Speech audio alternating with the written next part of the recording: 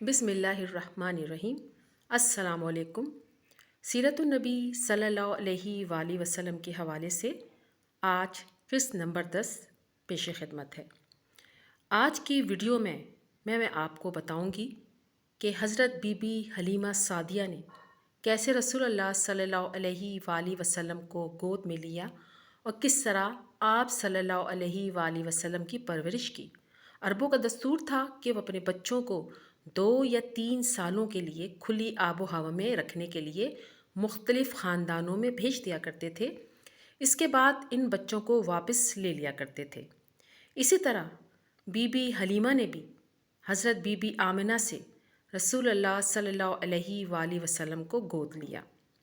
وہ اہم ترین واقعہ اس ویڈیو میں موجود ہے جب رسول اللہ صلی اللہ علیہ وآلہ وسلم کی والدہ حضرت بی بی آمنہ کا وصال کا وقت قریب آیا تو رسول اللہ صلی اللہ علیہ وآلہ وسلم کی عمر مبارک 6 سال تھی اور راستے میں ہی آپ کی والدہ کا انتقال ہو گیا۔ اس وقت 6 سالہ یتیم محمد صلی اللہ علیہ وآلہ وسلم کے جذبات کیا تھے اور آپ صلی اللہ علیہ وآلہ وسلم اس کم عمری میں کس صدمے سے گزرے۔ حضرت بی بی حلیمہ سعدیہ بنو سعد سے تعلق رکھتی تھیں اور وہ بھی ایک یتیم بچہ لینے کے لیے اپنے قبیلے سے نکلیں، لیکن وہ دیر سے پہنچیں اور لوگ تمام بچوں کو لے جا چکے تھے۔ حلیمہ سعدیہ کا کوئی بچہ نہیں ملا اور وہ ایک جگہ بیٹھ کر رونے لگیں کہ یہ تو بہت شرمندگی ہے، اگر ہم خالی ہاتھ واپس گئے لوگ کیا کہیں گے۔ حلیمہ سعدیہ کے شوہر نے انہیں دلاسا دیا اور کہا پریشان نہیں ہو، تم آمنہ کا بیٹا لے سکتی ہو، اللہ اس میں ہمارے لیے خیر نازل کر دے اور اس طرح ہم خالی ہاتھ بھی نہیں جائیں گے۔ یہ بات ظاہر کرتی ہے کہ حلیمہ سعدیہ اور ان کا شوہر ایک نرم اور اچھا دل رکھنے والے تھے۔ سبحان اللہ! اللہ تعالیٰ کا پلان ہمارے پیارے نبی صلی اللہ علیہ وآلہ وسلم کو ایسے لوگوں کے سپرد کیا جن کے دل میں خیر تھی۔ اس کے بعد حلیمہ سعدیہ حضرت آمنہ کے پاس آئیں اور محمد صلی اللہ علیہ وآلہ وسلم کو گود لیا اور واپسی کا سفر باندھا۔ اللہ تعالیٰ نے انہیں نا امید نہیں کیا اور ان کی سوچ سے بڑھ کر ان پر نعمتوں کی نوازش کر دی۔ بی بی حلیمہ سعدیہ ابھی اپنی گدھی پر سوار ہی ہوئی تھیں کہ اس نے اس قدر تیزی سے فاصلہ طے کرنا شروع کر دیا کہ جلد ہی وہ اپنے قافلے سے سب سے آگے تھیں۔ لوگوں نے پوچھنا شروع کر دیا، او حلیمہ، کیا تم نے نئی گدھی خرید لی ہے؟ لیکن آپ کا جواب تھا، نہیں، یہ وہی گدھی ہے۔ سبحان اللہ! نبی کریم صلی اللہ علیہ وآلہ وسلم کے سوار ہوتے ہی حلیمہ سعدیہ اور ان کے خاندان پر اللہ تعالیٰ کی رحمتیں نازل ہونے لگیں۔ اس کے علاوہ بی بی حلیمہ بتاتی ہیں کہ جب ہم بنو سعد پہنچے تو کیا دیکھتے ہیں کہ وہ بکریاں اور بھیڑیں جن کا دودھ کبھی ہم نے پیٹ بھر کر نہیں پیا تھا، اس قدر دودھ دینا شروع ہو گئی تھی کہ ہم سب سیر ہو کر پیتے، لیکن پھر بھی دودھ بچ جاتا اور یہ برکتیں تمام بنو سعد پر نازل ہوئیں۔ ایک اور عجیب بات ہوئی، یہاں کبھی بارش نہیں ہوئی تھی، لیکن اچانک بارش شروع ہو گئی اور وادی میں پھول کھل اٹھے، ہر جگہ سبزہ ہو گیا اور یہ جگہ بالکل ایک الگ جگہ لگنے لگی۔ یہ وہ ساری نعمتیں تھیں جو کہ بنو سعد کو نبی کریم صلی اللہ علیہ وآلہ وسلم کی بدولت ملی۔ حلیمہ سعدیہ اور ان کے شوہر کو اندازہ ہو گیا کہ انہوں نے درست فیصلہ کیا، کیونکہ یہ یتیم بچہ کوئی عام بچہ نہیں تھا۔ حضرت بی بی حلیمہ مزید بتاتی ہیں کہ ان کا دودھ ان کے بچوں کے لیے بھی کافی نہیں ہوتا تھا، لیکن اب اس قدر تھا کہ ان کے بچوں کا پیٹ بھی بھر جاتا اور محمد صلی اللہ علیہ وآلہ وسلم کا بھی۔ اس کے علاوہ یہ بچہ اس قدر شاندار تھا کہ جب سونا ہوتا تو اپنا چہرہ آسمان کی طرف کرتا اور آسمان کو دیکھتے دیکھتے سو جاتا، اور جب کبھی میں نہلانے کے لیے کپڑے اتارتی اور وہ اس وقت تک روتا رہتا جب تک کپڑے پہنا نہ دیتی۔ یہ یتیم بچہ دوسرے بچوں کی طرح چھوٹی چھوٹی باتوں پر ہاتھا پائی نہیں کرتا تھا، شروع سے ہی بہت تہذیب یافتہ تھا، بہت ہی صاف اور پر اثر انداز میں بات کرتا۔ نبی کریم صلی اللہ علیہ وآلہ وسلم بچپن سے ہی بہت پر اثر انداز میں بات کیا کرتے تھے۔ بی بی حلیمہ کے 3 بچے تھے جو کہ رسول اللہ صلی اللہ علیہ وآلہ وسلم کے رضاعی بہن بھائی تھے۔ سب سے بڑے کا نام عبداللہ تھا، شیمہ جو کہ بیٹی تھیں اور پھر انیسہ۔ عرب اپنے بچوں کو 2 یا 3 سال کے لیے فاسٹر فیملی کے پاس رکھتے، اس کے بعد واپس لے لیتے۔ جب حضرت بی بی آمنہ نے اپنے بچے کو واپس لینا چاہا تو حلیمہ نے دینے سے انکار کر دیا اور اس بات پر زور دیا کہ آپ صلی اللہ علیہ وآلہ وسلم کو ان کے پاس ہی رہنے دیں۔ ابھی وہ نہیں جانتی تھیں کہ یہ بچہ مستقبل میں کیا کرنے والا ہے اور اس کا قیام مقام ہوگا، لیکن انہوں نے آپ کی برکتیں دیکھ لی تھیں، اس لیے پرزور تھیں کہ آپ کو نہ لے جایا جائے۔ لیکن پھر ایک ایسا واقعہ ہوا جس سے بی بی حلیمہ ڈر گئیں اور نبی کریم صلی اللہ علیہ وآلہ وسلم کو آپ کی والدوں کو خود ہی واپس کر دیا۔ واقعہ کچھ یوں تھا کہ رسول اللہ صلی اللہ علیہ وآلہ وسلم کے پاس حضرت جبرائیل علیہ السلام آئے جبکہ آپ بچوں کے ساتھ کھیل رہے تھے۔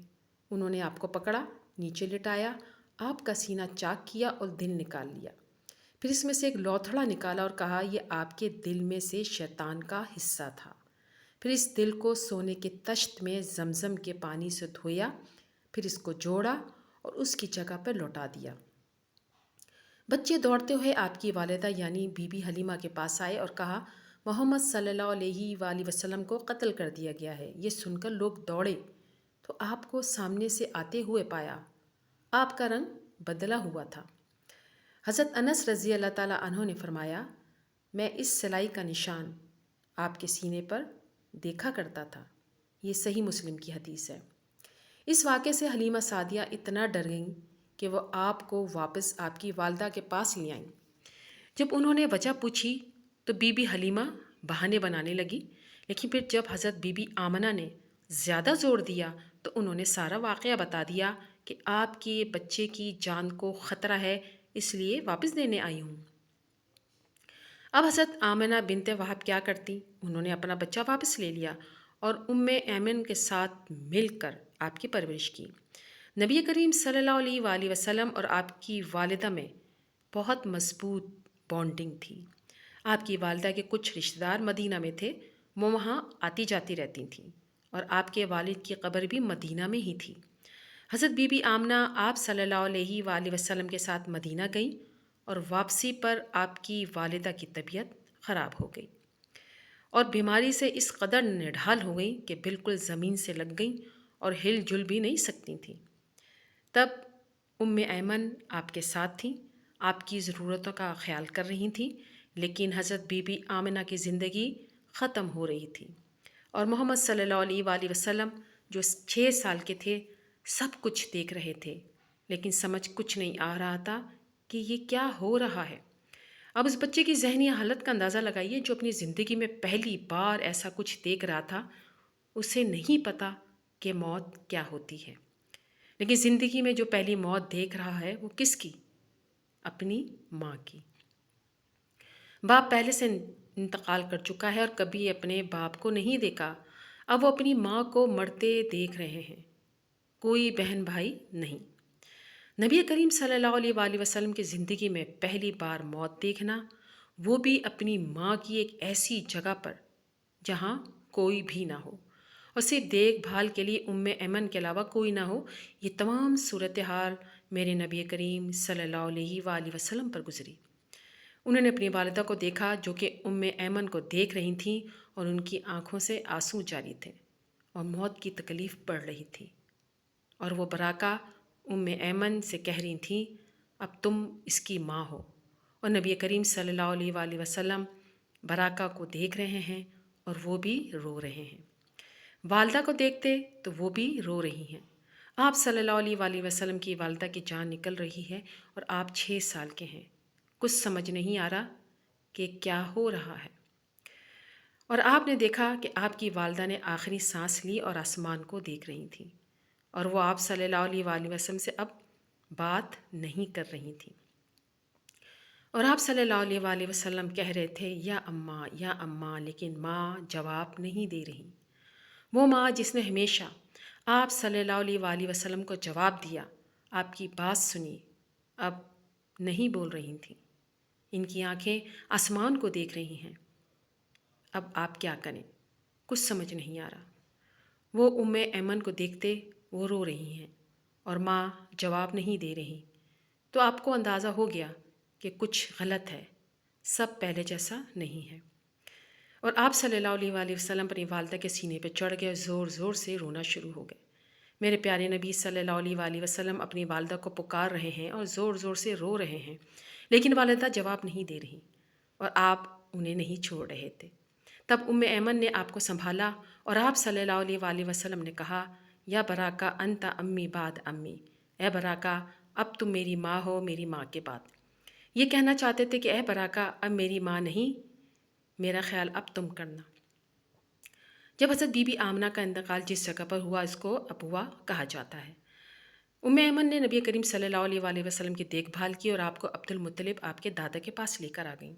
نبی کریم صلی اللہ علیہ وآلہ وسلم کو یہ واقعہ 50 سال بعد بھی یاد تھا۔ آپ جب مدینہ آئے اور جب ابوا کے مقام سے گزرے تو آپ صلی اللہ علیہ وآلہ وسلم اپنی والدہ کی قبر پہ گئے اور پھر رونا شروع ہو گئے۔ آپ سے پوچھا، آپ کیوں رو رہے ہیں یا رسول اللہ؟ آپ صلی اللہ علیہ وآلہ وسلم نے فرمایا، جانتے ہو یہ قبر کس کی ہے؟ یہ تمہارے نبی کی والدہ کی قبر ہے۔ مجھے یاد ہے اپنی والدہ کے ساتھ گزرا ہوا وقت جب میری ماں زندہ تھی۔